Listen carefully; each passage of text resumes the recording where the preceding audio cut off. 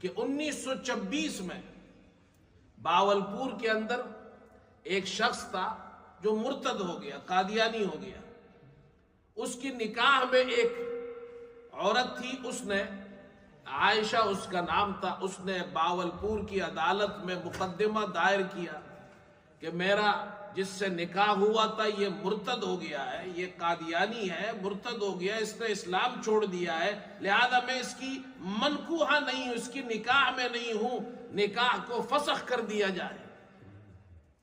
یہ کیس شروع ہوا 1926 میں، یہ کیس داخل ہوا، پھر چلتا رہا. حضرت امام العصر حضرت مولانا انور شاہ کشمیری رحمت اللہ علیہ کو خاص طور پر باولپور بلایا گیا، ان کو خط لکھا گیا، وہ تشریف لائے.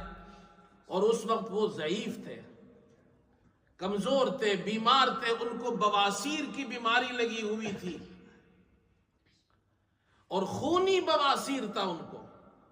اللہ تعالیٰ بچائے، یہ بڑی سخت بیماری ہوتی ہے. اس کے باوجود جب انہوں نے وہ خط پڑھا تو تشریف لائے.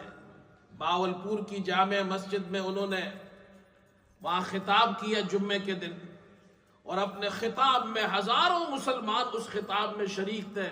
انہوں نے کہا کہ مجھے یہ بیماری ہے اور اس کے باوجود مجھے یہ خط ملا شیخ الجامعہ کا، تو میں نے یہ سوچا کہ میرے پاس زاد آخرت تو کوئی نہیں ہے. اللہ اکبر!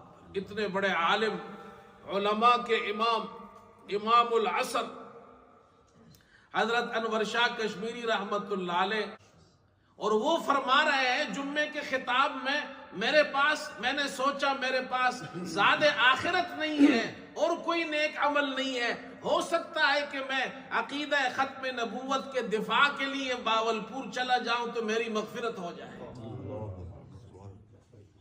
تو ان کے ایک شاگرد تھے مفتی عبدالحنان صاحب، وہ کھڑے ہو گئے، کہنے لگے حضرت اگر آپ کے پاس زاد آخرت نہیں ہے، آپ کے پاس زاد آخرت نہیں ہے، آپ کے لیے آخرت کے اندر اگر نیکیاں نہیں ہیں تو پھر تو ہم میں سے کسی کی بھی بخشش نہیں ہو سکتی. تو حضرت امام العصر حضرت مولانا انور شاہ کشمیری رحمت اللہ علیہ نے یہ بات سنی تو فرمایا انہوں نے ہماری تعریف میں مبالغہ کیا ہے.